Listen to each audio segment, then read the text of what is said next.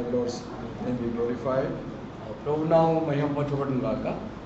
For me, this is the last session. నాకు ఇది చివరి కూడిక. I thank the assembly once again for inviting me also to minister the word of God. నన్ను వాక్యపరిచయం చేయడానికి నన్ను పిలిచిన సంఘానికి నేను వందనాలు చెప్తున్నాను. And the assembly, I don't know, for you are busy in arranging these meetings and taking care of all our needs. We are thankful for all those who are involved. మరి మా విషయమే జాగ్రత్త వహించడానికి మరి మీ మీటింగులకు రద్దీ కొన్న మీరందరికీ మేము మా వందనాలు చెల్లిస్తున్నాము. And Isaiah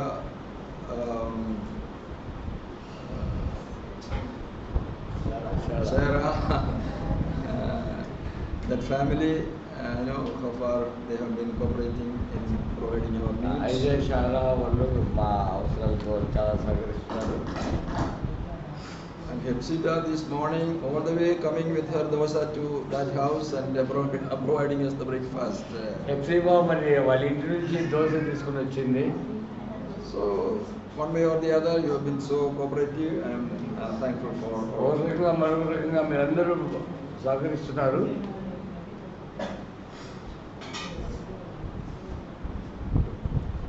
In the morning there were more believers. ఉదయకాలం చాలా మంది విశ్వాసులు ఉన్నారు. Some of them left. I hope those who are remaining here, you are serious students of the word of God. కొంతమంది వెళ్ళిపోయారు. అయితే ఉన్నవారు మరి వాక్యం వినాలని తీవ్రతతో ఉన్నారని ఆశిస్తున్నాను. So if you listen carefully, we can study some more spiritual truths. జాగ్రత్తగా విన్నట్లయితే ఆత్మీయ సంగతులు కొన్ని చూసుకుందాము. The subject I am going to take, it is to be listened carefully in an orderly manner. Otherwise you won't understand what I am talking. మరి నేను చెప్పబోయే అంశాలు మీరు జాగ్రత్తగా క్రమంగా వింటే తప్ప నుంచి అవి అర్థం కావు. Shall we turn to Genesis chapter 9? ఆదికాండము 9వ అధ్యాయం చెప్పండి. Genesis chapter 9, reading verse 26 and 27. ఆదికాండము 9వ అధ్యాయము 26 and 27. 26, 27. మరియు అతడు షేము దేవుడైన యెహోవా స్తుతింపబడును గాక, కనాను అతనికి దాసుడగును, దేవుడు యాఫేతును విశాలపరచును, అతడు షేము గుడారములలో నివసించును, అతనికి కనాను దాసుడగును అనెను. Many times we have gone through these verses, but I don't think many believers give much attention to these verses. అనేక సార్లు మనం ఈ వాక్యం కూడా వెళ్ళుండొచ్చు. నేను అనుకోవడం చాలా మంది విశ్వాసులు దీని మీద శ్రద్ధ వహించి ఉండకపోవచ్చు. These are the words of prophecy of Noah. ఈ నోవా చెప్పిన ప్రవచన మాటలవి. In the Bible, a good portion, more than 25%, is prophecy. బైబిల్లో 25% కంటే ఎక్కువనే ప్రవచన రూపంగా చెప్పబడ్డది. We strongly believe Bible is God's word. మనం గాఢంగా నమ్ముతున్నాము బైబిల్ అనేది దేవుని వాక్యం అని. But many people don't believe that. అయితే చాలా మంది అని నమ్మరు. How we can convince them? How we can show that this is really God's word? వారిని ఎలా ఒప్పించగలము? వారిని ఇది నిజమైన దేవుని వాక్యం అని ఎలాగో వాళ్ళని ఒప్పించగలము? There are so many specialities for this book which you don't find in any other book. ఈ పుస్తకంకి చాలా ప్రత్యేకతలు ఉన్నాయి. ఆ ప్రత్యేకత ఇంకా వేరే పుస్తకాల్లో కనుగొనలేము. I have no time to explain all those. నేను వివరించాలను. One speciality is, if you look at this book, you will find the good side of a person and also the bad side of a person when the history is written about that person. ఈ పుస్తకంలో గమనించినట్లయితే ఒక వ్యక్తి గురించి చరిత్ర చూసినట్లయితే ఆ వ్యక్తి గురించి మంచి విషయాలు రాయబడ్డాయి, చెడ్డ విషయాలు కూడా రాయబడ్డాయి. Usually if people write, they show only the good side of a person once that person dies. మనుషులు రాసే పుస్తకాలు ఎలా ఉంటాయంటే వాళ్ళు ఒక వ్యక్తి గురించి ఒక సైడ్ ఒక వైపు మాత్రమే వాళ్ళు రాస్తారు. The good side usually. మంచి మామూలుగా సాధారణంగా మంచి సైడ్ ఉన్న విషయాలన్నీ రాస్తారు. But the Bible you will find both are written in a balanced manner. That shows that this is God's word. He don't show any partiality. ఆ బైబిల్లో మరి సమన్వయంగా సమతుల్యంగా ఈ రెండు విషయాలు, మంచి విషయాలు చెడ్డ విషయాలు రెండు రాయబడుతున్నాయి. Another proof is that the prophecies, as I told you, the fulfillment of the prophecies before our own eyes. మరి ఇంకో మాట ఏంటంటే ప్రవచనాలు చెప్పినాను కదా, ఆ ప్రవచనాలు నెరవేర్పు మన కన్నుల ఎదుటే జరుగుతున్నాయి. Now prophecy thousands of years ago being fulfilled before our own eyes. అదే వేల సంవత్సరాల క్రితం చెప్పిన ప్రవచనాలు మన కన్నుల ఎదుట నెరవేరుతున్నాయి. No other religious books you will find this sort of a speciality. మరి వేరే మత పుస్తకాలలో ఇలాంటి ప్రత్యేకత మనం కనుగొనలేము. At least these two things we find here. The good and the bad of a person is written here. అది ఒక వ్యక్తి గురించి మంచి చెడు రెండు విషయాలు ఇక్కడ చెప్పబడుతున్నాయి. As God is writing the story of Noah, the good side of Noah is written and also the bad side is written. మరి నోవా చరిత్ర రాసినప్పుడు నోవా గురించి మంచి విషయాలు రాయబడ్డాయి, నోవా గురించి చెడ్డ విషయాలు కూడా రాయబడ్డాయి. And also the prophecy we find, Noah's prophecy, we are going to see how it is fulfilled before our own eyes. మరి నోవా చెప్పిన ప్రవచనం మన కన్నుల ఎదుట ఎలా నెరవేరుతున్నదో అది మనం చూస్తున్నాం.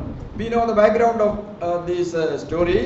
ఈ కథ యొక్క అంతర్గత చరిత్ర మనకు తెలుసు. In which background Noah is uttering this prophecy.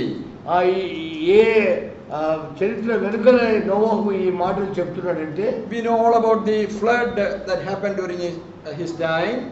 ఆయన సమయంలో మనకు తెలుసు కదా ప్రవాహం వరద వచ్చింది.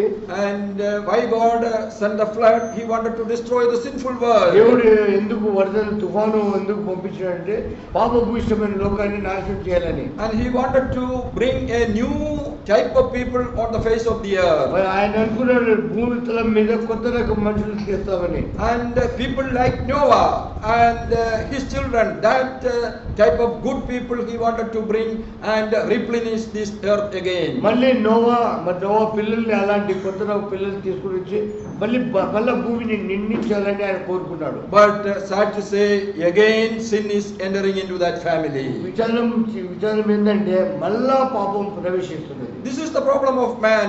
God is planning wonderful things for him, but sin is entering into their life. దేవుడు ఆశ్చర్యకర విషయాలు మన కొరకు ప్రతిపాదిస్తుండగా మళ్ళీ పాపం ప్రవేశిస్తున్నది. We know in the case of Adam and Eve in the Garden of Eden. మనకు తెలుసు ఆదాము అవ్వల కాలంలో ఏదైతే తోటలో ఏమైందో. Oh, what a wonderful plan of God for Adam and Eve. ఆదాము అవ్వలకి ఎంత అద్భుతమైన ప్రణాళిక దేవుడు వేసినాడు. But sin entered into that family, destroyed all God's అయితే ఆ plan. కుటుంబంలో పాపం ప్రవేశించి మొత్తం నాశనం చేసింది. In the New Testament church also the same thing. కొత్త నిబంధన సంఘంలో అదే జరిగింది. What a beautiful church, the Jerusalem church, and God wanted to fill this earth with such wonderful churches. మరి యెరూషలేములో ఎంత సుందరమైన సంఘం ప్రారంభించబడింది, అలాంటి సంఘంతో లోకమంతా నింపాలని దేవుడు కోరుకున్నాడు. But sin is entering into the church also. అయితే ఆ సంఘంలో కూడా పాపం ప్రవేశించింది. So whether in the Old Testament or New Testament, wherever God is planning wonderful things for God, sin is marring, destroying all this. పాత నిబంధనలో కొత్త నిబంధన అయితేనేమి ఎక్కడెక్కడ దేవుడు అద్భుతమైన విషయాలు ప్రణాళిక వేశాడో అక్కడ పాపం ప్రవేశిస్తున్నది. Now here we know the story. Noah is getting drunk and he is lying naked there. మీకు తెలిసిన చరిత్ర, నోవా తాగి అక్కడ దిగంబరిగా పడి ఉన్నాడు. And some people try to interpret that matter in different way. Why this man drank? మరి ఆయా మనుషులు ఆయా రకాలుగా దాన్ని వివరించి ఎందుకు ఈ మనిషి తాగినాడో చెప్తారు. He is a very good man, but how he got drunk? ఆయన మంచి మనిషి, మరి ఎందుకు అలా తాగినాడు అంటారు. Some people give this excuse. దీనికి కొన్ని సాకులు చెప్తారు. Now we know the condition of the earth was entirely different before the flood and after the flood. మరి వాళ్ళంటే భూమి యొక్క పరిస్థితి వరదకు ముందు వరద తర్వాత ప్రళయం తర్వాత వేరుగా ఉన్నదని. We know before the flood this earth was like an air conditioned room. ఆ జల ప్రళయానికి ముందు భూమి ఎయిర్ కండిషన్ రూమ్ లాగా ఉన్నది. The cloud was hovering all around above and it was giving a very cool atmosphere for this earth. భూమి మేఘాలన్నీ భూమిని కప్పి భూమికి చల్లని వాతావరణం ఇచ్చేవి. And in such a situation, if you keep some grape juice, it will not be fermented. అటువంటి వాతావరణంలో ద్రాక్షరసం పెట్టినట్లయితే అది పులిసిపోతాయి. Now, if you keep some wine in the fridge, it will remain as it is. No change will మరి happen. Wine fridge లో పెట్టినట్లయితే అది అట్లనే ఉంటది, దాంట్లో ఏం మార్పు రాదు. But if you put it in the open, it will get fermented. అది బయట పెట్టినట్లయితే అది పులిసిపోతుంది. So this is the reason some people give. Noah did not know this change in the weather. మరి నోవా వాతావరణంలో ఉన్న మార్పును గమనించలేదు. So he, just as he keep the wine, it is drunk in those areas. It is their common drink. మరి ద్రాక్షరసమని ఆ రోజుల్లో సామాన్యమైన పానీయం అని తాగుతారు అందరూ. But it was kept open.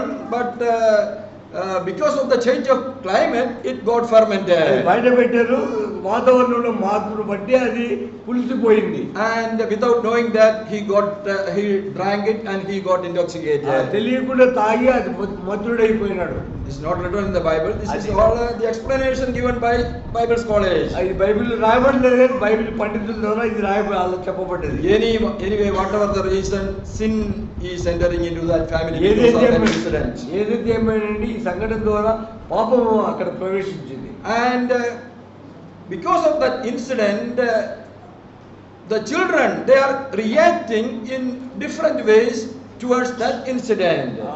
ఈ సంఘటనను బట్టి పిల్లలు వివిధ రీతుల్లో దానికి ప్రతిచర్య చూపిస్తున్నారు. Now, first it is Ham who is seeing that. After seeing that, he is giving publicity to that matter to Andhra Pradesh. ఒక హామాను అతను చూచి అందరికి ఆ విషయాన్ని చెబుతున్నాడు, అందరికి బహిరంగంగా చెప్తా ఉన్నాడు. That is Ham. అది Ham. హాము అనే కుమారుడు అందరికి చెప్పేశాడు. But Shem, he is taking initiative to cover up the nakedness of his father. అయితే షేము తన తండ్రి యొక్క దిగంబరతను కప్పడానికి అతను ఒక మెట్టు తీసుకున్నాడు. It is Shem who is taking the leadership, and Japheth, the other brother, is helping him in covering the nakedness of the father. మరి తన తండ్రి దిగంబరతను కప్పడానికి షేము ఆ పరిచర్య ప్రారంభించగా యాఫెతు అతనికి సహకరిస్తున్నాడు. So these are the three responsibilities of these three children. ఈ ముగ్గురు పిల్లల యొక్క మూడు బాధ్యతలు ఇలా ఉన్నాయి. Shem taking initiative to cover up the nakedness. షేము తన తండ్రి దిగంబరతను కప్పడానికి ప్రారంభించాడు. Japheth is supporting him, helping him. యాఫెతు అతనికి సహకరిస్తున్నాడు. But Ham is giving publicity to that matter. మరి హాము ఆ విషయం అందరికీ చెప్తున్నాడు. And when Noah got up from his slumber, he knew what his three children did. మరి నోవా లేచి వచ్చినప్పుడు ఈ ముగ్గురు పిల్లలు ఏమేమి చేశారో తెలిసి వచ్చింది. After knowing what these children did, he is uttering this prophecy here.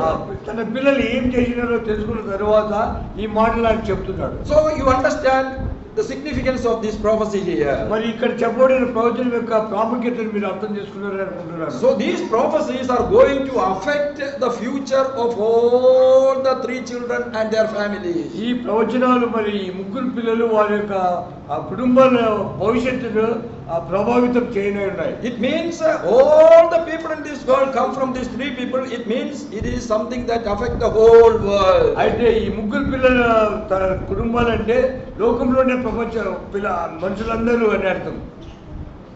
అందరికీ ఇది ప్రభావితంగా ఉన్నది. Now what is the first prophecy? What do we read in verse 5 and 25? 25వ వచనంలో ఏం చదువుతామంటే 25.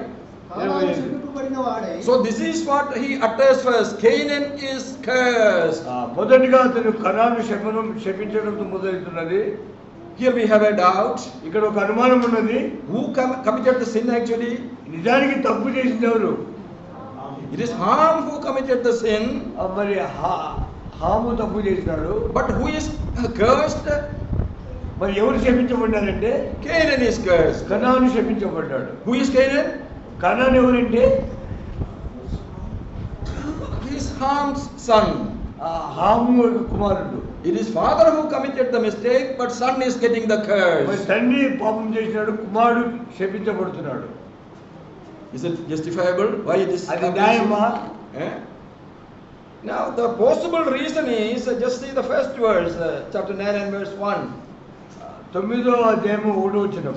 మరియు దేవుడు నోవాహును అతని కుమారులను ఆశీర్వదించి దేవుడు నోవను అతని కుమారుడు. God is blessing Noah and his children. దేవుడు నోవా అతని కుమారుడు దివ్య ఆశీర్వదిస్తున్నాడు. Who are the children? ఎవరు పిల్లలంటే ఎవరు? Who are the children? ఎవరు పిల్లలు ఎవరు? Shem, Ham, Japheth, all the three Shem, children. Ham, యాఫెతు ముగ్గురు. All are already blessed by God. అందరూ తండ్రి ముందుగానే తండ్రి చేత దీవించబడ్డారు. Why they are blessed? ఎందుకు దీవించబడ్డారంటే They are in the ark. They came into the ark. వారు ఆ ఓడలోకి వచ్చారు. So this shows a great principle. అది గొప్ప సత్యాన్ని చెప్తున్నది. If you are in the ark, this ark is in the picture of the Lord Jesus Christ. నువ్వు ఈ ఓడలో ఉన్నట్లయితే ఈ ఓడ యేసుక్రీస్తు వారికి సూచనగా ఉన్నది. There is no curse, no condemnation for us. మరి మనకి శిక్ష, మనకి శాపం ఏమీ లేదు. No more condemnation, no more curse if you are in the Lord Jesus నువ్వు Christ. యేసుక్రీస్తు ఉన్నట్లయితే నీకు ఏ శిక్ష ఇది లేదు. But there is problem. అది ఒక సమస్య ఉన్నది. If we do things that is against God's principle, it may affect even our children. మరి దేవుని సిద్ధాంతాలకు వ్యతిరేకంగా తప్పు చేసినట్లయితే అది మన పిల్లల మీద సైతం ప్రభావం చూపగలదు. May not directly punishment may come upon us, but our children, sometimes our children may be affected because of the wrong things that we do. ఒకవేళ శిక్ష నేనే మన మీద రాకపోవచ్చు కానీ పిల్లల మీద రావచ్చు. Now what is the sin that he has committed harm? Ham చేసిన పాపం ఏంటంటే Father did something wrong, giving publicity to that. తండ్రి తప్పు చేసిన దాన్ని అందరికీ చెప్తూ వచ్చాడు. And this can happen even today in different ways. ఈ రోజుల్లో కూడా వేరే రకాలుగా జరగవచ్చు. In an assembly, somebody commits some mistake. సంఘంలో ఎవరైనా తప్పు చేసినట్లయితే, Somebody fall in sin. ఎవరైనా పాపంలో పడిపోయినట్లయితే, What some harms are doing today? ఈ రోజుల్లో హాము వాళ్ళు ఏం చేస్తున్నారు తెలుసా? Giving publicity to that. దానికి ప్రచారం చేస్తున్నారు. Enjoying that somebody has fallen. ఎవరో పడిపోయిన దాన్ని వాళ్ళు ఆనందిస్తున్నారు. These days, cell phone, internet, everything take you any part of the world. మరి ఈ రోజుల్లో సెల్ ఫోన్, ఇంటర్నెట్ అనేది లోకంలో ఏ మూలకైనా తీసుకెళ్ళగలవు. Something happened immediately, telephoning to America, to Gulf, everywhere. ఒక సంఘటన జరిగింది, వెంటనే అమెరికాకు ఫోన్ చేసి సమాచారం వెళ్ళిపోతున్నారు. విన్నారా? విన్నారా? న్యూస్ విన్నారా? ఆ వార్త తెలిసిందా? ఆయన పడిపోయి, ఆయన పడిపోయాడు. ఎంత సంతోషం. What is Joy. ఇది హాము స్వభావం. ఇది హాము స్వభావం, nature. No. This will put even our next generation in problem. ఇది మన వచ్చే తరాన్ని కూడా సమస్యలో పెట్టేదిగా ఉన్నది. Now I told you in the morning itself, it is not that we have to hide or we have to ignore the sins somebody commit. అది ఎవరైనా తప్పు చేసి దాన్ని దాచిపెట్టి కప్పిపెట్టాలని కాదు కానీ, Now there is a method within the four corners of the assembly, within the four దాని walls. పద్ధతిని సంఘం యొక్క 4 మూలల నుంచి గోడల నుంచి చేయొచ్చు. Don't give any publicity.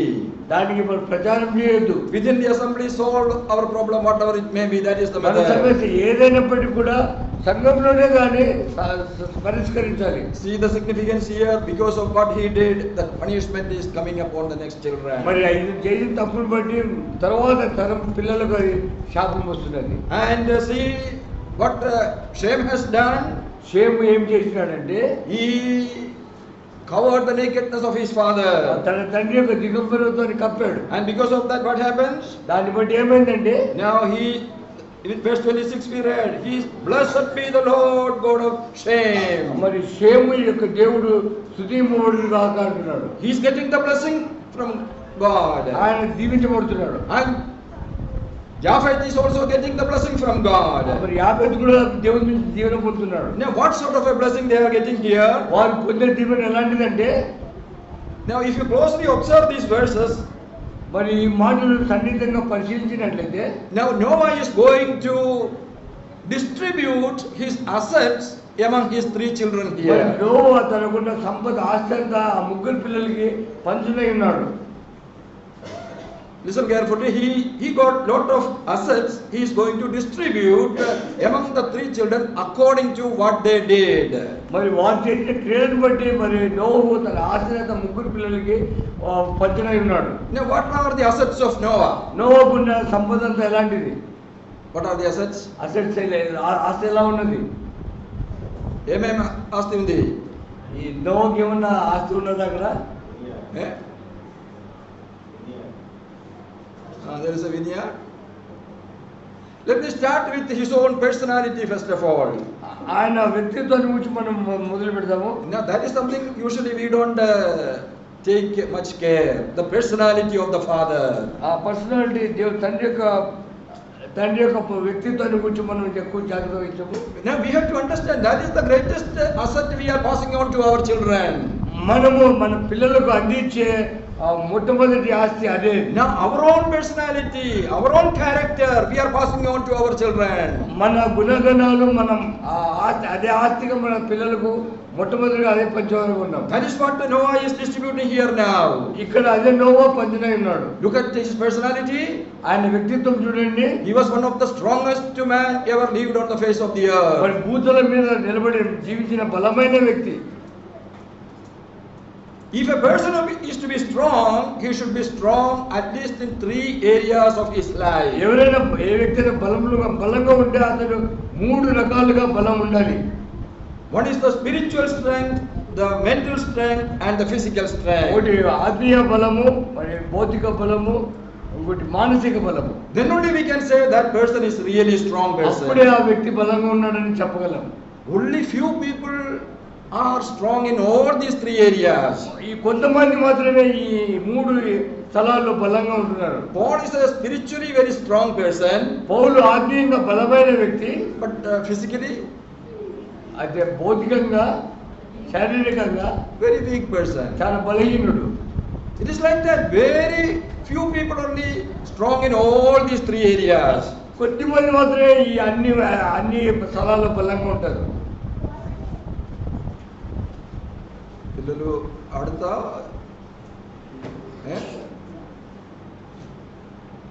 పిల్లల్ని కంట్రోల్లో పెట్టుకున్నాం, డిస్టర్బ్ అవుతుంది.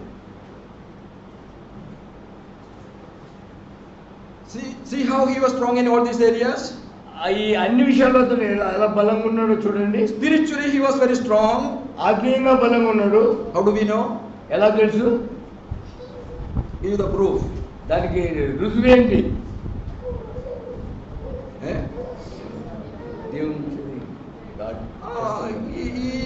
He followed God. He stood for God when the whole world rejected God. అయితే లోకమంతా దేవుని స్వీకరించినా అతను దేవుని గురించి నిలబడ్డాడు. That shows his spiritual strength. అది అతని ఆత్మీయ బలాన్ని చూపిస్తున్నది. And mentally, intellectually, he was very strong. అది మరి మానసికంగా అతను చాలా బలమైన వాడు. How do we know? ఎలా తెలుసు? Ark means not a small structure. ఓడంటే చిన్న విషయం కాదు అది. Now he is the first shipbuilder in this world. లోకంలో అతనే మొట్టమొదటి ఓడ నిర్మించిన వాడు. Just imagine 450 feet long ship. 450 అడుగుల పొడవు గల ఓడ. The height is as high as a 3-story building. ఎత్తు 3 అంతస్తుల ఎత్తు అంత వంటిది. He is the first builder. ఆయన మొదటి నిర్మాణకుడు. How much intelligence and wisdom needed for that? దానికి ఎంత తెలివి ఉండాలని. So we can understand he was one of the wisest men who lived in this world. ఆయన ఈ లోకం మీద జీవించిన తెలివైన వారిలో అతను ఒకడు. So spiritually strong, mentally strong, then physically what do you think? Was he strong or not? ఆత్మీయంగా బలంగా ఉన్నాడు, మరి మానసికంగా బలంగా ఉన్నాడు, మరి శారీరకంగా బలంగా ఉన్నాడు అంటే ఏం చెప్తారు? శారీరకంగా ఏం చెప్తారు మీరు? బలంగా ఉందా లేదా? I believe very strong physically also. నేను నమ్ముతాను శారీరకంగా బలంగా ఉన్నాడు. Because think about the 2 jobs he is doing. One side preaching the gospel to the known world, other side building this ship. ఆయన 2 పక్షాలు చూడండి. ఒక సైడ్ ఆయన పోయి సువార్త ప్రకటిస్తున్నాడు, మళ్ళీ ఒక సైడ్ ఆయన ఓడ నిర్మిస్తున్నాడు. So a weak person physically not that possible to do that. మరి భౌతికంగా బలహీనంగా ఉన్న వాడికి ఈ 2 సాధ్యపడవు. So that's why I said he was one of the strongest men who lived in this world. అందుకని ఆయన ఈ లోకంలో జీవించిన బలమైన వ్యక్తి ఆయన అప్పుడు. So here he is going to distribute his personality among his 3 children. మరి ఆయన తన వ్యక్తిత్వాన్ని ఆ 3 పిల్లలకి ఇక్కడ పంచనై ఉన్నాడు. What was God's plan? దేవుని ప్రణాళిక ఏమంటే To bring into this world people like Noah. Noah లాంటి ప్రజలను ఈ లోకంలో తేవాలని. Strong spiritually, intellectually and physically, strong in all these areas. Fill this earth with such people. ఆత్మీయంగా బలంగా, మానసికంగా బలంగా, శారీరకంగా బలంగా ఉండే వాళ్ళని ఈ లోకంలో నింపాలని దేవుడు ఆశపడుతున్నాడు. But because of the sin that entered into the family, that plan is disturbed. మరి కుటుంబంలో పాపం ప్రవేశించడం ద్వారా ఆ ప్రణాళిక విఫలమైంది. Now what is going to happen now? ఇప్పుడు ఏమైతే చూడండి, Noah is going to distribute his strength, 3 types of strength among his 3 children. తన 3 రకాల బలాన్ని ముగ్గురు పిల్లలకి ఆయన పంచనే ఉన్నాడు. Now the first one is the spiritual strength. మొదటిది ఆత్మీయ బలం. And he understood it is Shem who is the spiritual person. మరి షేము ఆత్మీయ వ్యక్తిగా కనబడ్డాడు. Because he is the one who took initiative to cover up the nakedness of his father. ఎందుకంటే తన తండ్రి యొక్క దిగంబరతను కప్పడానికి అతను మొదటి మెట్టు పూనుకున్నాడు. And the father was pleased with him, and he is giving the spiritual strength to Shem. తండ్రి దాంతో సంతోషపడి తన ఆత్మీయ బలం ఇయ్యాలని అనుకున్నాడు. And I told you, Japheth is supporting him. యాఫేతు అతనికి సహకరిస్తున్నాడు. And to Japheth, Noah is giving the next strength, that is the mental or intellectual strength. మరి యాఫేతుకు తన మానసిక తన తెలివి గల బలాన్ని ఆయన ఇస్తున్నాడు. And remaining is the physical, the body strength. తర్వాత భౌతిక శరీర బలం ఉంది కదా. Now who is remaining now? ఇంకా ఎవరు మిగిలారు? Ham is remaining to harm, that physical strength is given. హాముకు ఈ భౌతిక బలము ఇవ్వబడ్డది. You may ask, how can you say all these things? మీరు అడగచ్చు, మరి ఈ మాటలు ఎలా చెప్తున్నారని. Now listen, when we think about the other strength, you will understand that. మిగతా బలాలు మీరు అర్థం చేసుకున్నట్లయితే మీరు ఈ విషయం కూడా అర్థం చేసుకోగలరు. So his personality is already divided among the 3 children. ఆయన వ్యక్తిత్వం ఆ ముగ్గురు పిల్లలకు పంచబడ్డది. Now what are the other assets of Noah? నోవాకున్న మిగతా ఆస్తులు ఏంటి? Brother told he got a vineyard. ఆయనకు ద్రాక్ష తోట ఉందని సోదరుడు చెప్పాడు. Any other asset? ఇంకా ఏమన్నా ఆస్తులు ఉన్నాయని? ఓడ. Oda. Inga? Hyderabad lo flats ఏదైనా ఉందా? ఇంకా? Let our vision, our imagination enlarge. మన ఆలోచన విధానం పెద్దగా చేసుకుందాం. Who he is now? ఎవరు?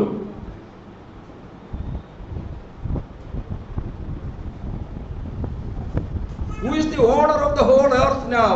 Who is the person who is the owner of the whole earth now? ఇప్పుడు భూమి అంతటికి ఆ యజమానుడు ఎవరు? Yeah, humanly it is Noah who is the owner of the whole earth now, not a particular area only. ఇప్పుడు కొంత భాగమని కాదు, మొత్తం భూమి నోవాదే. So he has to distribute that also among his 3 children. మరి దాన్ని కూడా ఆ ముగ్గురు పిల్లలకి పంచాలిపోయి. Suppose we are in Noah's place. మనం నోవా స్థానంలో ఉన్నామనుకోండి. We have 3 children. మన ముగ్గురు పిల్లలు ఉన్నారు. How you will distribute the whole earth among our 3 children? ఆ భూమి మొత్తం మన ముగ్గురు పిల్లలు ఎలా ఉంటుందో చెప్పండి.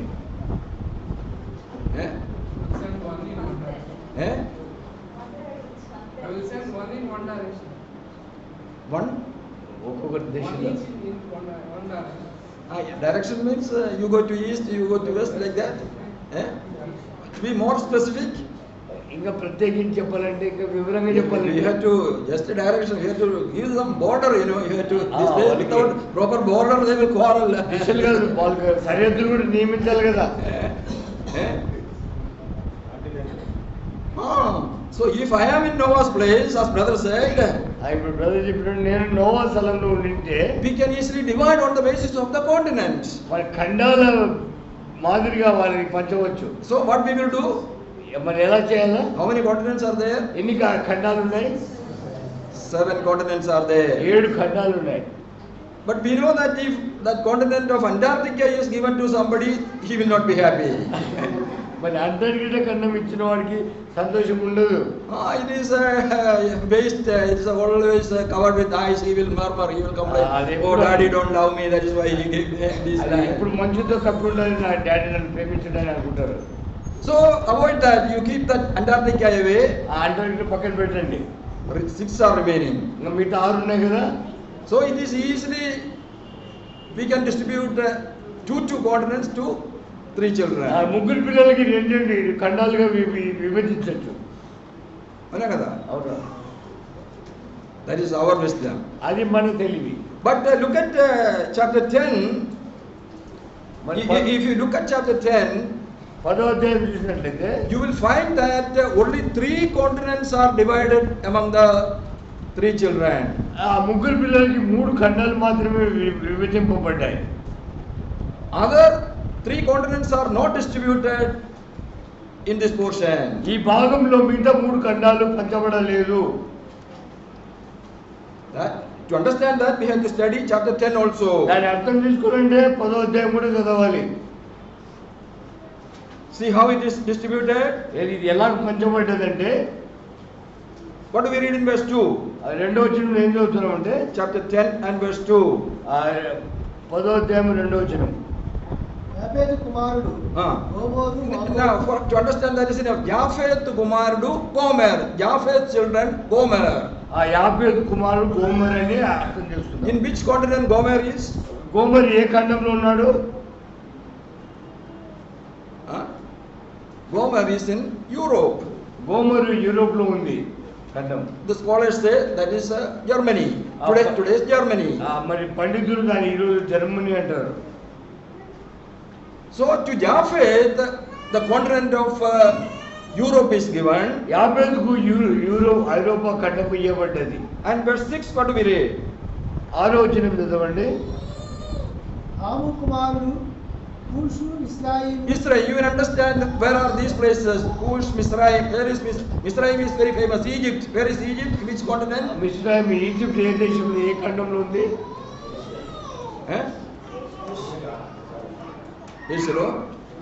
Mizraim. మిస్రైమ్. It is in Africa, not in Asia. Mizraim, Egypt is in Africa. ఐగుప్తు మిస్రైమ్ ఆఫ్రికా ఖండంలో ఉంది. Which son is getting there? ఏ కుమారుడు పొందుతున్నాడు? Ham and his children, they get Africa. మరి హాము వారికి ఆఫ్రికా, పిల్లలకి ఆఫ్రికా ఖండం వస్తుంది. And verse 22, what do we read? 22వ వచనంలో ఏం చూద్దామంటే, షేము కుమారుడు ఎలాము Ashur. Elamu, Ashur, all these things, Babylon and Assyria, all these places are going to shame.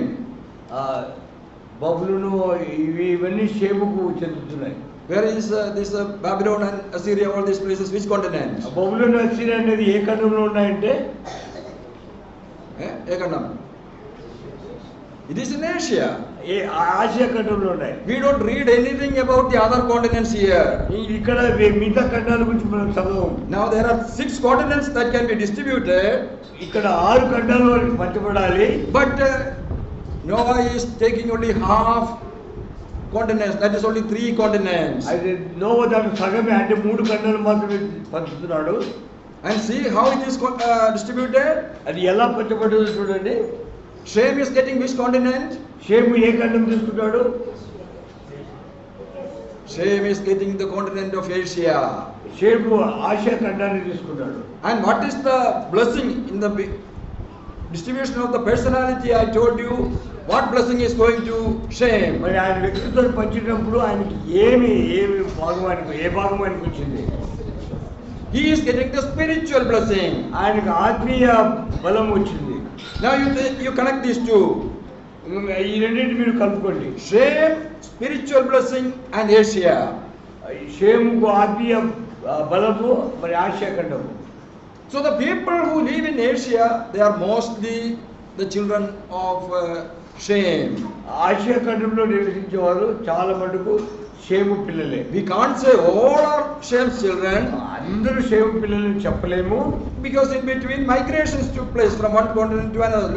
Lot of migrations ఈ took place. మధ్యలో ఆయా దేశం నుంచి వలస వచ్చిన వాళ్ళు ఉన్నారు.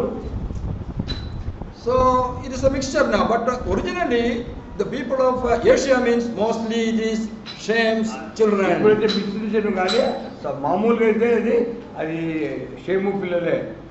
So what is their blessing? వారికి ఉన్న ఆశీర్వాదం ఏంటంటే Spiritual blessing. ఆత్మీయ ఆశీర్వాదం ఉన్నది. This is the prophecy of Noah. This is going to happen like this. మరి నోవా చెప్పిన ప్రవచనం వీరు ఇలా ఉంటారని.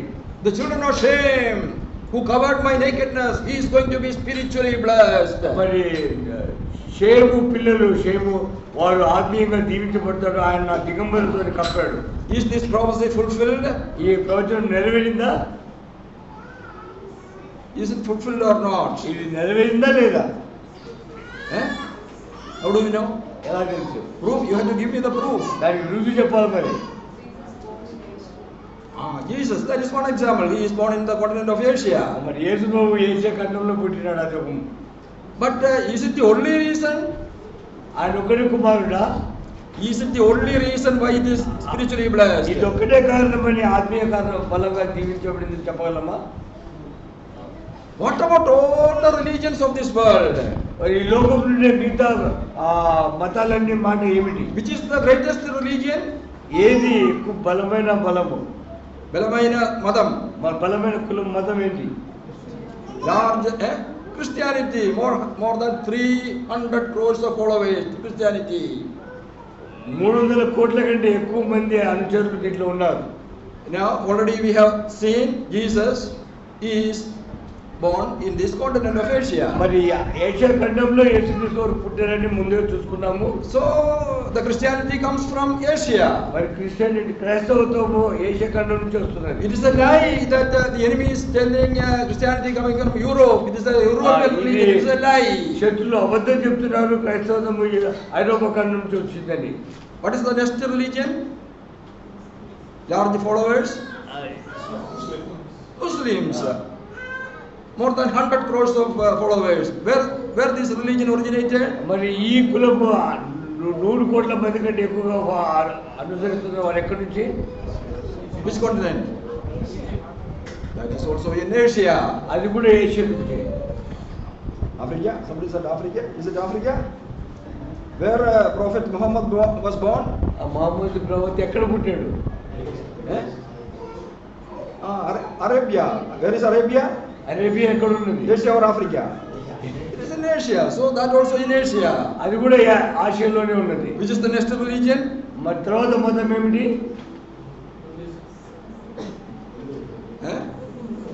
It may be Hinduism. More than 80 crores of people. హిందూయిజంలో 80 కోట్లకు పైగా ఉన్నారు. Where originated? ఎక్కడ పుట్టింది ఇది? Asia, India, Asia. ఆసియాలోనే పుట్టింది. And next Jainism. జైనిజం తర్వాత ఎక్కడ? అది Buddhism. బుద్ధిజం. Jewish religion. జోరాస్ట్ర వాళ్ళు. ఎక్కడ? అది ఎక్కడ పుట్టింది? There is some Zoroastrian religion in Persia. Saurashtra అనే పర్షియాలో Sikhism is there. సిక్కుల మతం ఉన్నది. Can you tell any religion born outside the continent of Asia? మరి ఆసియా ఖండం బయట పుట్టిన మతం ఏదైనా ఉన్నదని చెప్పగలరా? చెప్తారా? Even a small religion originated outside the continent of Asia. మరి ఆ చిన్న మతం కూడా ఏషియా ఖండం బయట పుట్టలేదు. మీకు తెలుసా చెప్పండి, నాకు తెలియదు. That is not a religion. That is against religion. See how wonderfully the prophecy of Noah is fulfilled before our own eyes. చూడండి ఎంత ఆశ్చర్యరీతిగా నోవా యొక్క ప్రవచనం నెరవేరిందో. The Europeans are very wise people, intelligent people, but not a single religion originated there. ఐరోపా ప్రజలు చాలా ప్రతిభావంతులు, తెలివైన వారు. అక్కడ ఒక చిన్న మతం కూడా పుట్టలేదు. Is it not the hand of God behind all these things? మరి వీటన్నిటి వెనుక దేవుని హస్తం లేదా? ఉండలేదా?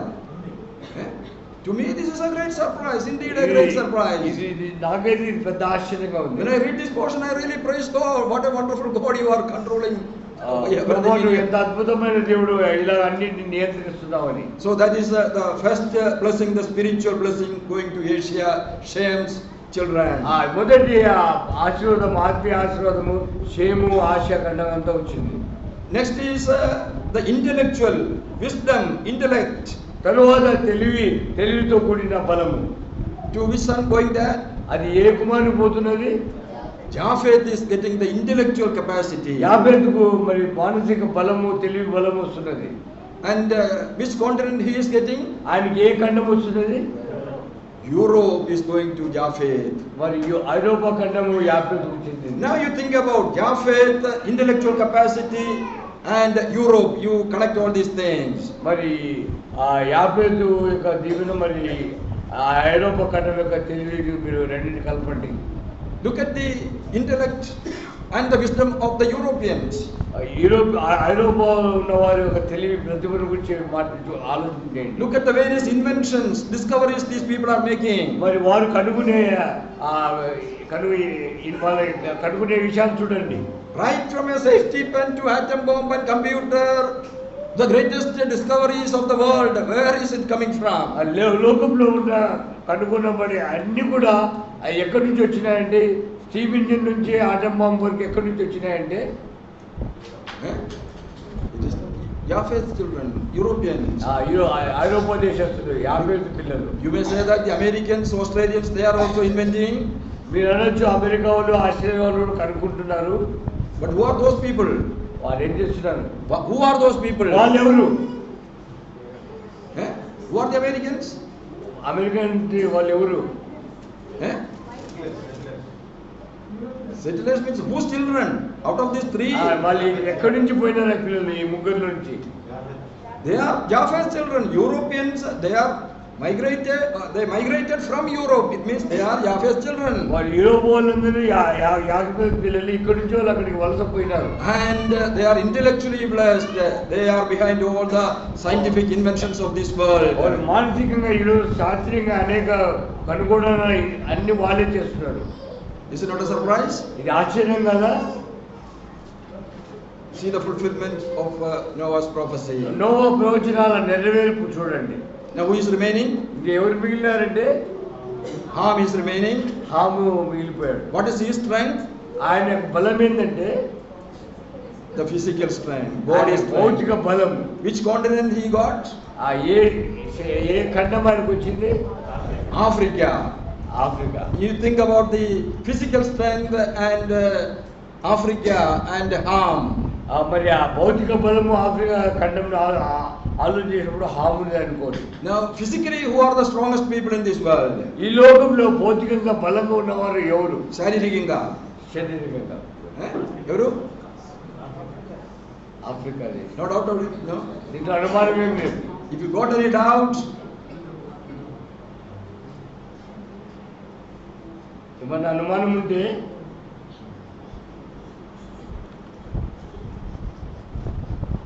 అబ్బాయి మీదే పిల్లలంతా శ్రద్ధ అక్కడే పోతాయి. అది కష్టపడి చెప్పినా ఏం ప్రయోజనం? చాలా మంది ఆ పిల్లల మీద పోతుంది కష్టపడి చెప్పేసి.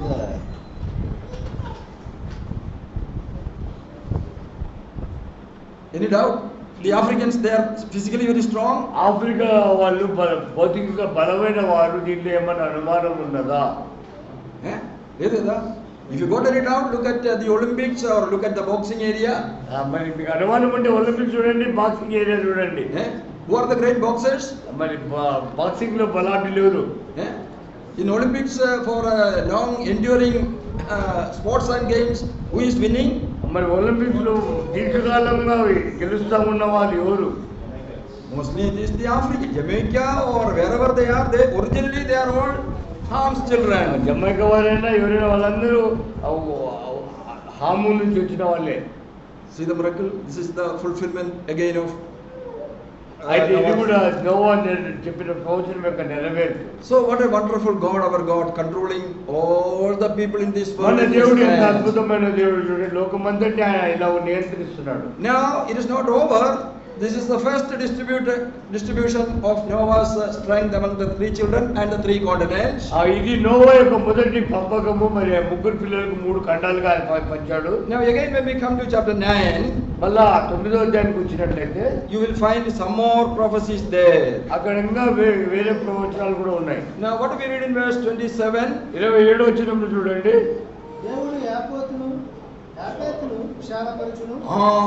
దేవుడు యాఫెతును then అతడు షేము గుడారంలో నివసించును. See, another important prophecy in the history of the world. మరి లోక యొక్క చరిత్రలో మరొక ముఖ్యమైన ప్రవచనం ఉన్నది ఇక్కడ. God is going to enlarge Japheth. దేవుడు యాఫెతు యొక్క గుడారం విశాలపరుస్తున్నాడు. Why they will be enlarged? ఆయన ఎందుకు ఆయన విశాలపరుస్తున్నాడంటే The next portion, he will dwell in the tents of shame. ఆయన షేము గుడారంలో నివసించును. Shame will come into the tents of shame. Japheth will come into the tents of shame. యాఫెతు షేము గుడారంలో వస్తున్నాడు. Because of that, he will be enlarged. దాన్ని బట్టి అది ఇంకా విశాలపరచబడుతున్నది. What is the meaning of this prophecy? ఈ ప్రవచనం యొక్క అర్థం ఏమంటే What is the reason for the enlargement of Japheth? యాఫెతు విశాలపరచబడతాడంటే దాని అర్థం ఏంటంటే Shame's tent. It means it is the gospel tent. We have to ఆ understand.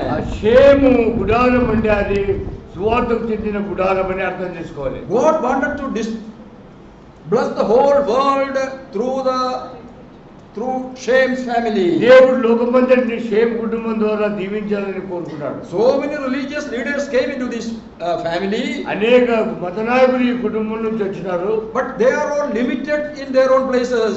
అయితే వారందరూ వారి వారి సరిహద్దులు కలిగి ఉన్నారు.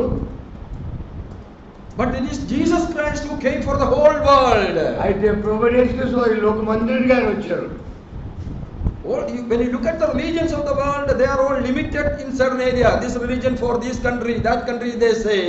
మరి లోకంలోని మతాలన్నీ వారి వారి దేశాలుగా ఉన్నాయి. అక్కడే వారికి సరిహద్దులు ఉన్నాయి. Only the Lord Jesus said, I came for the whole world. Jesus God so loved the world. Jesus is for the whole world. ప్రభువైన యేసుక్రీస్తు వారు సర్వ ప్రపంచానికి ఉన్నారు. అందుకని దేవుడు లోకం ఎంతో ప్రేమించినట్టు ఉంది. And in order to bless the whole world, he came in the tent of shame. మరి లోకాన్ని అందరినీ దీవించడానికి కొరకు ఆయన షేమ్ గుడారంలో వచ్చినాడు. But what the people of Shame's family said, అయితే షేము కుటుంబీకులు ఏమన్నారంటే we don't want Jesus. మాకు యేసుక్రీస్తు వద్దు, Crucify him, kill him. That is what the ఆయన people. సిలువేయండి చంపండి అన్నారు. They rejected, the people, the Shame's people rejected Jesus ఆయన Christ. తిరస్కరించారు, ఆయన తిరస్కరించారు. The Asians, it is in Asia he was crucified. It is in Asia the gospel is not progressing much. Everywhere obstacle. మరి ఏషియాలో ఆయన ధృవీకరించబడినాడు. సువార్త They crucified Jesus Christ. ఆయన యేసుక్రీస్తును సిలువ వేశారు. And then Paul came for the ministry. పౌలు అక్కడ పరిచర్యకు వచ్చాడు. And initially there was some good work, but later we find not much response. ప్రారంభ దినాల్లో మంచి పని జరిగింది, తర్వాత అంత లేదు. So the Holy Spirit is telling you, stop working in Asia, you go for Europe. మరి ఇక్కడ ఏషియాలో పనిచేయడం మానేసి యూరోప్ కన్నా పో అన్నారు. And Paul is going to Europe to preach the gospel. మరి పౌలు యూరోప్ లోకి స్వార్థ ప్రకటించడానికి పోతున్నాడు. And you will find large followers, lot of people following Christianity in Europe. Europe లో ఎక్కువ మంది క్రైస్తవాన్ని అనుసరించడం మొదలు పెట్టారు. Because of that, what is happening? దాన్ని బట్టి ఏమవుతున్నదంటే Japheth is coming into Shame's tent. యాఫెతు షేము గుడారంలోకి వచ్చాడు. The people of Europe, they are accepting Christianity more than the Asians. మరి ఐరోపా ఖండంలో ఉండేవారు యేసుక్రీస్తుని ఎక్కువగా అంగీకరిస్తున్నారు. ఎంతకంటే ఏషియా ఖండంలో ఉన్న దానికంటే ఎక్కువగా వీళ్ళు అనుసరిస్తున్నారు. Because of that, they are getting additional blessing. అందుకని వారికి అదనపు ఆశీర్వాదాలు వస్తున్నాయి. What is that? అదేంటంటే They will be enlarged. వారు విశాలపరచబడుతున్నారు. You accepted Jesus, you came to the tent of shame, I am going to enlarge you. మరి మీరు యేసుక్రీస్తుని అంగీకరించావు, యాఫెతు గుడారంలోకి వచ్చావు, దాన్ని బట్టి నువ్వు దీవించబడుతున్నావు. Is it fulfilled? అది నెరవేర్చబడిందా? Is Japheth enlarged? యాఫెతు విశాలపరచబడ్డాడా? How do we know? ఎలా తెలుసు మనకు? Now in the beginning we have seen Noah did not distribute 3 continents. ప్రారంభంలో చూసాము నోవా 3 ఖండాలు పంచలేదు. What are they? అవేవి అంటే North America, South America, mainly Australia. 3 continents not distributed. South America, north America, Australia, ఈ 3 పంచలేదు. Why it was not distributed? ఎందుకు పంచలేదంటే This is the reason. ఇదే కారణం. This is reserved for the family of Japheth. ఇది యాఫెతు కుటుంబీకుల కొరకు భద్రపరచబడింది. Why it should be given to Japheth's family? యాఫెతు కుటుంబానికి ఎందుకు ఇవ్వాలంటే దీన్ని? Because they are going to come into the tent of shame. ఎందుకంటే వారు షేము గుడారంలోకి రానయ్యున్నారు. They are going to accept the Lord Jesus Christ. వారు యేసుక్రీస్తుని అంగీకరించి ఉన్నారు. It is because of the missionaries. It is the missionaries from Europe going first to all these continents. మరి అక్కడి నుంచి machineries ఈ యూరోప్ ఖండం నుంచి బయలుదేరారు. From Europe, missionaries went to South, North America, Australia, all these places, and then only the other people are going to that. నుంచి south America, north America, ఆస్ట్రేలియాకు వెళ్ళారు. అక్కడి నుంచి మళ్ళీ వ్యాపిస్తూ వచ్చింది. It is because of the gospel the Europeans got these other three continents. సువార్తను బట్టి Europe వాళ్ళకి మిగతా ఖండాలు కూడా వచ్చినాయి. See how wonderful it is fulfilled in our own eyes. మన కన్నుల ఎదుట ఎంత అద్భుతంగా ఇది నెరవేర్చబడ్డాయి చూడండి. How many thousands of years ago all these things are written in the word of God? అయితే కొన్ని వేల సంవత్సరాల క్రితం ఇవన్నీ దేవుని వాక్యంలో రాయబడ్డాయి. But how many years ago the Europeans went to America? మరి ఎన్ని సంవత్సరాల క్రితం యూరోప్ వాళ్ళు అమెరికాకి వెళ్ళారు? Maybe 500 years less than that. 500 సంవత్సరాలు దానికంటే తక్కువ ఉండొచ్చు. But how many thousands of years ago God has mentioned all these మరి things? ఈ మాటలన్నీ ఎన్ని వేల సంవత్సరాల క్రితమే వాక్యంలో చెప్పబడ్డాయి. Is it not a wonderful book? ఇది అద్భుతమైన పుస్తకం కాదా? Which book in this world can show these sort of details? ఈ పుస్తకం ఈ లోకంలో ఈ పుస్తకం ఒక్కటే ఈ వివరాలన్నీ చూపించగలదు. And what else we read in verse 27? 27 వచనంలో ఇంకేం చదువుతామంటే Canaan shall be his servant. అతని కానాను దాసుడగును అనెను. See how this is fulfilled? Canaan దాసుడు ఉన్నది. ఇది ఎలా నెరవేరిందంటే Eh? Canaanites means the Canaan means the people of Africa. Conan అంటే Africa దేశస్తులు. Now they will become servants to the other tribe. వీరు వేరే గోత్రపు వాళ్ళకి దాసులుగా ఉంటారు. How it is fulfilled? ఇది ఎలా నెరవేరిందంటే This is the slavery system. The Negroes from Africa going to America and other places as servants, as slaves. మరి Africa నుంచి వేరే దేశాలకు దాసులు బానిసలుగా వాళ్ళు వెళ్ళిపోతున్నారు. Now Ham's children are being made slaves to the children, the other children. Ham పిల్లలు మిగతా వాళ్ళకి దాసులుగా బానిసలుగా చేయబడుతున్నారు. Now what is the main problem? What is the main reason? అయితే ఇక్కడ వచ్చిన ముఖ్య కారణం ఏంటంటే Ham's sin. హాము యొక్క పాపం. Sin that Ham committed affecting lakhs and lakhs of his children in that family. మరి హాము చేసిన పాపం లక్షల కొలది తన కుటుంబీకులకు ప్రభావం చేస్తున్నది. See how God's plan is completely destroyed. మరి దేవుని ప్రణాళిక ఎంత పూర్తిగా నాశనమైందో చూడండి. God wanted to bring a new group of people in the likeness of Noah.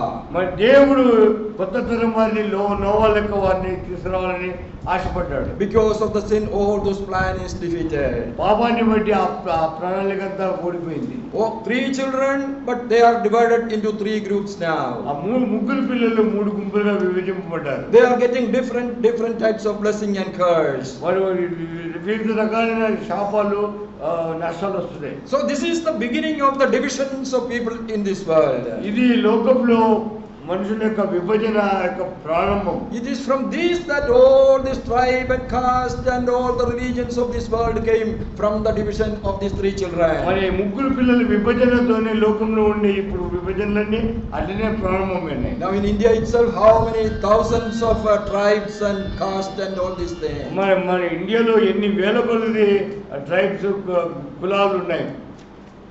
Dividing each other and fighting each other, killing each other. ఒకరినొకరు విభజించుకుంటూ ఒకరిని చంపుకుంటూ అలా చేస్తున్నారు. Who will solve this problem? ఈ సమస్యను ఎవరు పరిష్కరిస్తారు? Who will bring all these people together again back? మళ్ళీ వీళ్ళందరినీ ఒక్కరిగా ఎవరు తీసుకురాగలరు?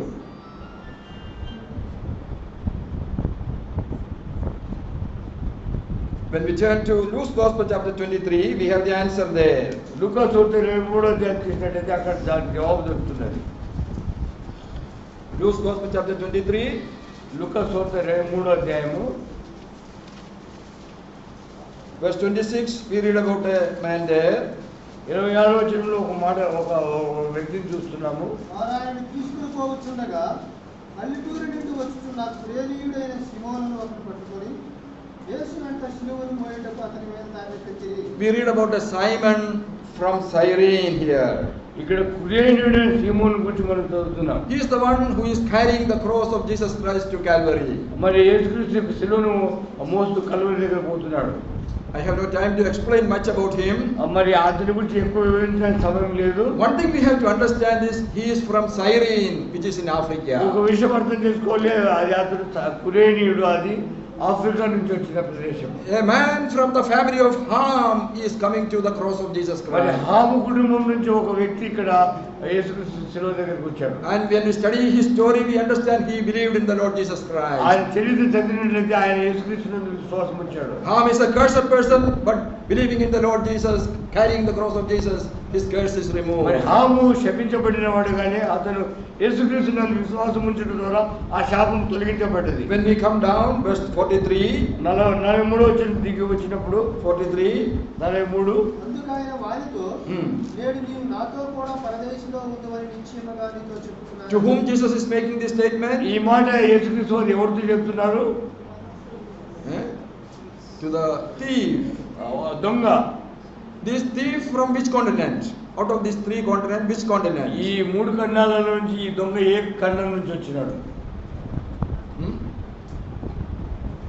He is a Jewish man. ఆయన యూదుడు. So which continent? ఆయన ఖండం ఏది? He is an Asian.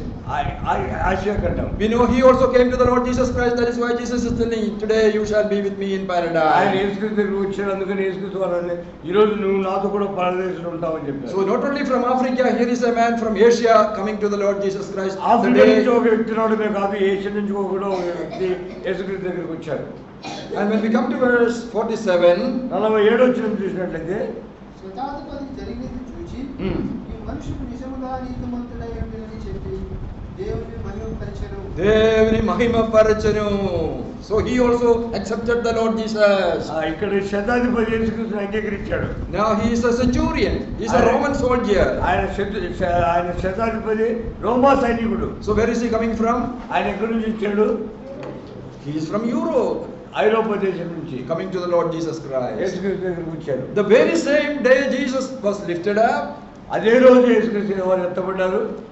యేసు ప్రభు ఎత్తబడిన అదే రోజు యేసుక్రీస్తు ఎత్తబడిన ఆ రోజే an African is coming to the Lord. ఒక ఆఫ్రికా దేశస్తుడు ప్రభు దగ్గరికి వచ్చాడు. An Asian is coming to the Lord. ఒక ఆసియా దేశస్తుడు ప్రభు దగ్గరికి వచ్చాడు. And European also is coming to the ఒక Lord. యూరోపా దేశస్తుడు ప్రభు దగ్గరికి వచ్చాడు. The world, because of the sin, all divisions and tribes and all caste came into this world. పాపాన్ని బట్టి లోకంలో కులాలు, మతాలు, ఈ విభేదాలన్నీ వచ్చినాయి. But Jesus Christ found a solution for this sin question. మరి ఈ పాపం అనే సమస్యకు యేసుక్రీస్తు వారు ఒక పరిష్కారం కనుగొన్నారు. He united all the people of this world, whatever your tribe, your caste, which family you come from, Jesus want to unite you. ఆ లోకంలో మీరు ఉన్న వాళ్ళందరినీ ఒక్కటిగా చేయాలని యేసుక్రీస్తు వారు వచ్చారు. So what a wonderful salvation of God. ఎంత రక్షణ, ప్రభు ఇచ్చిన రక్షణ ఎంత గొప్పది. Now we are all one in the Lord Jesus. మనమందరం ప్రభు అయిన యేసుక్రీస్తులో ఒకరుగా ఉన్నాం. Sin and religions of the world divide people, make them fight each other, quarrel each other. పాపం లోకంలో ప్రజలను విభజించి వాళ్ళ మధ్య కొట్లాటలు, పోరాటాలు తీసుకొస్తున్నది. Our God is the true God. మన దేవుడు నిజమైన దేవుడు. He is the one who controls the whole universe. ఆయన ఈ మొత్తం ఈ ప్రపంచాన్ని, యూనివర్సిటీ ఆయన వశంలో పెట్టుకున్నాడు. Let us follow him, let us love him. ఆయన అనుసరిస్తాం, ఆయన ప్రేమిస్తాం. You have seen that the blessing of following God and giving priority for the spiritual things. మరి ఆ దేవుని అనుసరించడం అంటే ఆ ఆత్మీయ సంబంధులకు ముందు ప్రాధాన్యత ఇవ్వడం. Now see, Shem gave priority for spiritual things. How much he is blessed. ఆ షేము ఆత్మీయ సంబంధులకు ప్రాధాన్యత ఇచ్చినాడు. అతను ఎంతగానో దీవించబడ్డాడు. God wanted to bless the whole world through Shem's children. మరి షేము పిల్లల ద్వారా లోకం మొత్తం దీవించాలని దేవుడు కోరుకున్నాడు. Give priority for spiritual things. ఆత్మీయ విషయాలకు ప్రాధాన్యత ఇస్తాం. All the other things of this world, your money, your wealth, your education, your physical strength, whatever it may be, all comes afterwards. మరి మిగతా విషయాలు, మన పనులు, మన ఉద్యోగాలన్నీ కూడా తర్వాత అన్ని వస్తున్నాయి. Now you just think about this world. మరి లోకాన్ని గురించి ఆలోచన చేయండి. Now there are very, very rich people in America. అమెరికాలో చాలా మంది ఉన్నారు, చాలా ధనవంతులు ఉన్నారు, Powerful people there. శక్తివంతులు ఉన్నారు. But these American presidents or great billionaires like Bill Gates, when they get up, what they do? మరి బిలియనీర్ బిల్ గేట్స్ ఇలాంటి వాళ్ళు లేచినప్పుడు ఏం చేస్తున్నారు? If they are religious people, if they have some faith in God, వాళ్ళు మత సంబంధులు, వాళ్ళు దేవుని యందు కొంచెం విశ్వాసం ఉన్నట్లయితే what they will do? వాళ్ళు ఏం చేస్తారు? They will turn to the continent of Asia. వాళ్ళు మరి ఏషియా ఖండం వైపు తిరుగుతారు. They may, if he is a Christian, he will bow before Jesus Christ. మరి యేసుక్రీస్తు వారి ఆయన నమస్కరిస్తారు. Now, if he is a Muslim, he is turned to Arabia and bow before Arabia. ఆయన ముస్లిం అయితే వాళ్ళకు అరేబియాకు మొక్కుతారు. You think that America is the greatest power, నువ్వు అనుకుంటున్నా America అన్నిటికంటే బలమైన దేశం, but the greatest American president will bow before an Asian. మరి బలమైన అమెరికా దేశస్తుడు ఏషియా వాళ్ళకి మొక్కుతున్నాడు. Why? ఎందుకు? The greatest power is the spiritual power. అన్నిటికంటే గొప్ప శక్తి ఆత్మీయ బలం. So for what we have to give priority? మరి దేనికి ప్రాధాన్యత ఇవ్వాలా చెప్పండి. Are we giving? ఇస్తుందా? Let us seek the kingdom of God first. He will bless us. He will make us great for His kingdom. మొదట దేవుని రాజ్యం నిధిగా ఆయన మనల్ని దీవిస్తాడు. మనకు Our God is the one who controls the whole world. మన దేవుడు సర్వ భూమిని వశంలోనే పెట్టుకున్నాడు. He is Shem's God. He is our God. షేము దేవుడే మన దేవుడు. May His name be glorified. ఆయన నామం పట్టుకున్నాడు.